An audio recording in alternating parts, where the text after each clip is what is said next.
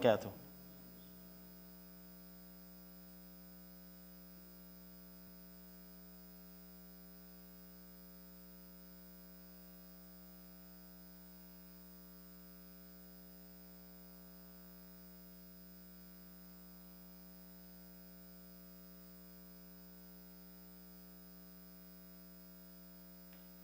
بسم الله الرحمن الرحيم نحمد ونصلي على رسوله الكريم أما بعد رب اشرح لي صدري ويسر لي أمري واحلل عقدة من لساني يفقهوا قولي.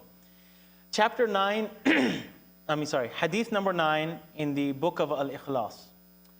This is a hadith that is related, wow, that coffee is really getting to me.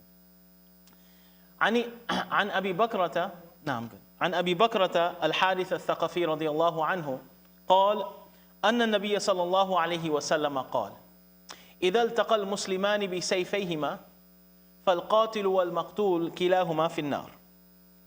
قلت يا رسول الله هذا القاتل فما بال المقتول؟ قال إنه كان حريصا على قتل صاحبه متفق عليه. The Prophet صلى الله عليه وسلم has stated إذا التقى المسلمان بسيفيهما, when two Muslims confront each other with their swords drawn.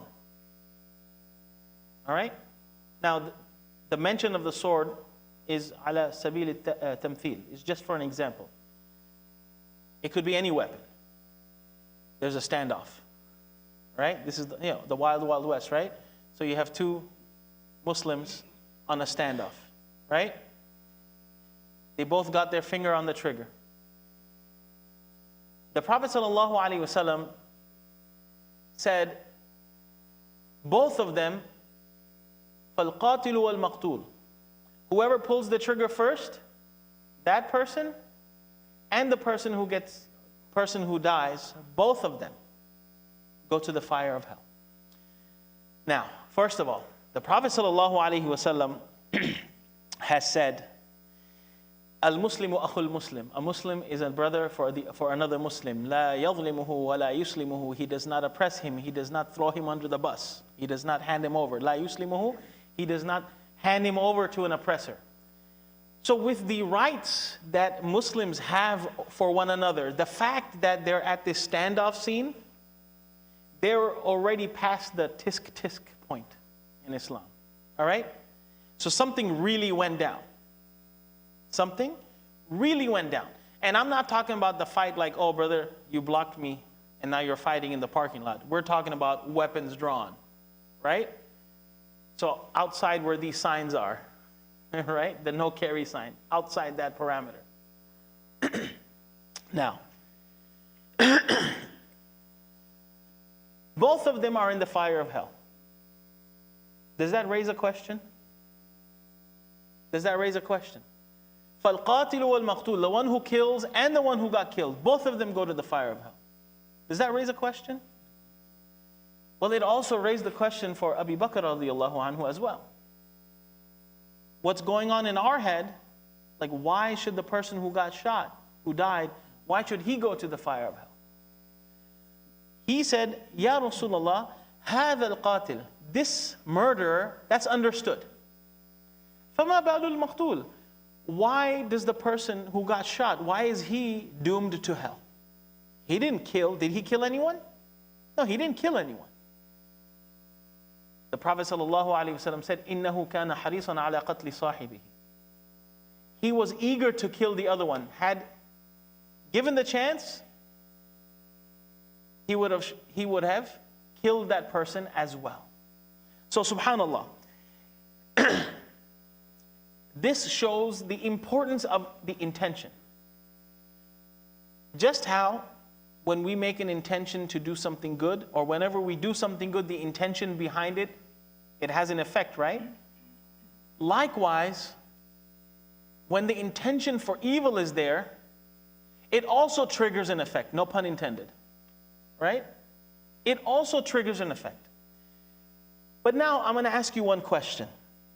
You may have come across this hadith, which also happens to be hadith number 11, after 2 more nights, probably, hopefully, inshallah, in which the Prophet ﷺ has said, Man هم إن الله كتب حسنات وسيئات ثم بين ذلك. This is a very famous hadith. It's also in the Arba'in of Nawawi. And in that, the Prophet ﷺ explains, فَمَنْ هَمَّ بِحَسَنَةٍ فَلَمْ يَعْمَلْهَا كَتَبَهَا اللَّهُ لَهُ بِهَا حَسَنَةً فَإِنْ عَمِلَ بِهَا كَتَبَهَا اللَّهُ عِنْدَهُ عَشْرَ أَمْثَالِهَا إِلَى 700 ضِعْفٍ. If a person intends to do something good and he doesn't do it, you get a reward.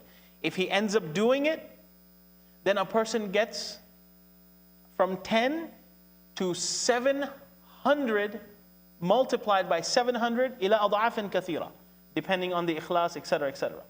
So a person gets multiple times the reward if he ends up doing it. وَإِنْ هَمَّ بِسَيِّئَةٍ فَلَمْ يَعْمَلْهَا كَتَبَهَا اللَّهُ عِنْدَهُ حَسَنَةً كَامِلَةً. If a person intends to do something bad, but he doesn't do it, he gets a reward for abstaining from that. Okay? وَإِنْ هَمَّ بِهَا فَعَمِلَهَا كَتَبَهَا اللَّهُ عِنْدَهُ سَيِّئَةً وَاحِدَةً. If he does it, then he only gets one sin. This hadith explains that if you intend to do something bad and you don't do it, forget about the sin, you get rewarded for that. So what about in this situation, where this person intended to kill the person he was confronting, but did he do it? He didn't do it. He intended to do something bad, he didn't do it. So then why is he going to hell? I object, Your Honor, right? Now, here's when the subject or the discussion of thought, intention, thought, intent, attempt, and deed comes in, okay?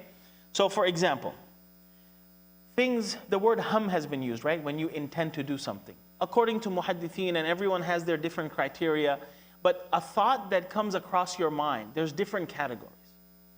One is called waswasa or hajis, something that comes through your mind in and out, right?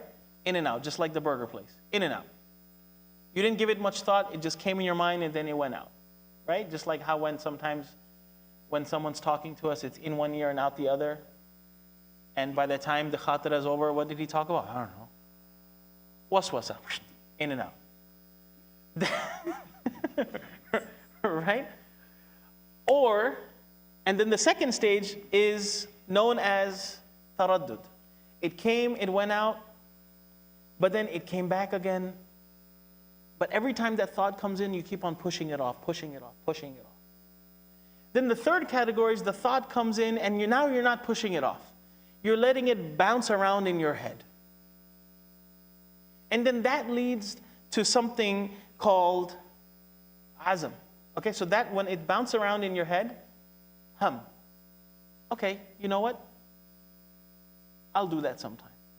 That leads to azam. So in other words, when you put a plan into place and when you get into motion to do something, even though you haven't done it yet, it's azam. And I'm going to give you an example which will make everything fall into place.